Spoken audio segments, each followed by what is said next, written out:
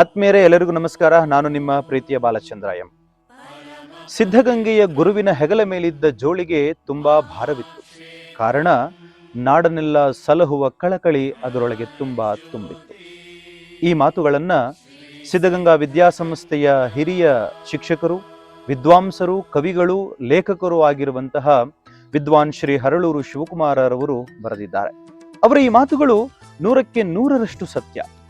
ಆತ್ಮೀಯ ಬಂಧುಗಳೇ, ಪರಮ ಪವಿತ್ರವಾದಂತಹ ಮನಸ್ಸಿನಿಂದ ಹಾಗೂ ಪರಿಶುದ್ಧವಾದ ಚಾರಿತ್ರ್ಯದಿಂದ ಕೂಡಿರುವಂತಹ ಒಬ್ಬ ಯೋಗಿ, ಒಬ್ಬ ಸಂತ ಅಥವಾ ಒಬ್ಬ ಜಂಗಮನ ಹೆಗಲ ಮೇಲಿರುವಂತಹ ಜೋಳಿಗೆಗೆ ಕೋಟ್ಯಂತರ ಮಂದಿ ಜನರಿಗೆ ದಾಸೋಹ ಮಾಡುವಂತಹ ಶಕ್ತಿ ಇದೆ ಅನ್ನೋದನ್ನ ಇಡೀ ಜಗತ್ತಿಗೆ ತೋರಿಸಿಕೊಟ್ಟವರು ನಿಮ್ಮೆಲ್ಲರ ಆರಾಧ್ಯ ದೈವ, ನಡೆದಾಡಿದ ದೇವರು, ಸಿದ್ಧಗಂಗೆಯ ಪರಮ ಪೂಜ್ಯ ಡಾಕ್ಟರ್ ಶ್ರೀ ಶ್ರೀ ಶ್ರೀ ಶಿವಕುಮಾರ ಮಹಾಸ್ವಾಮೀಜಿಯವರು.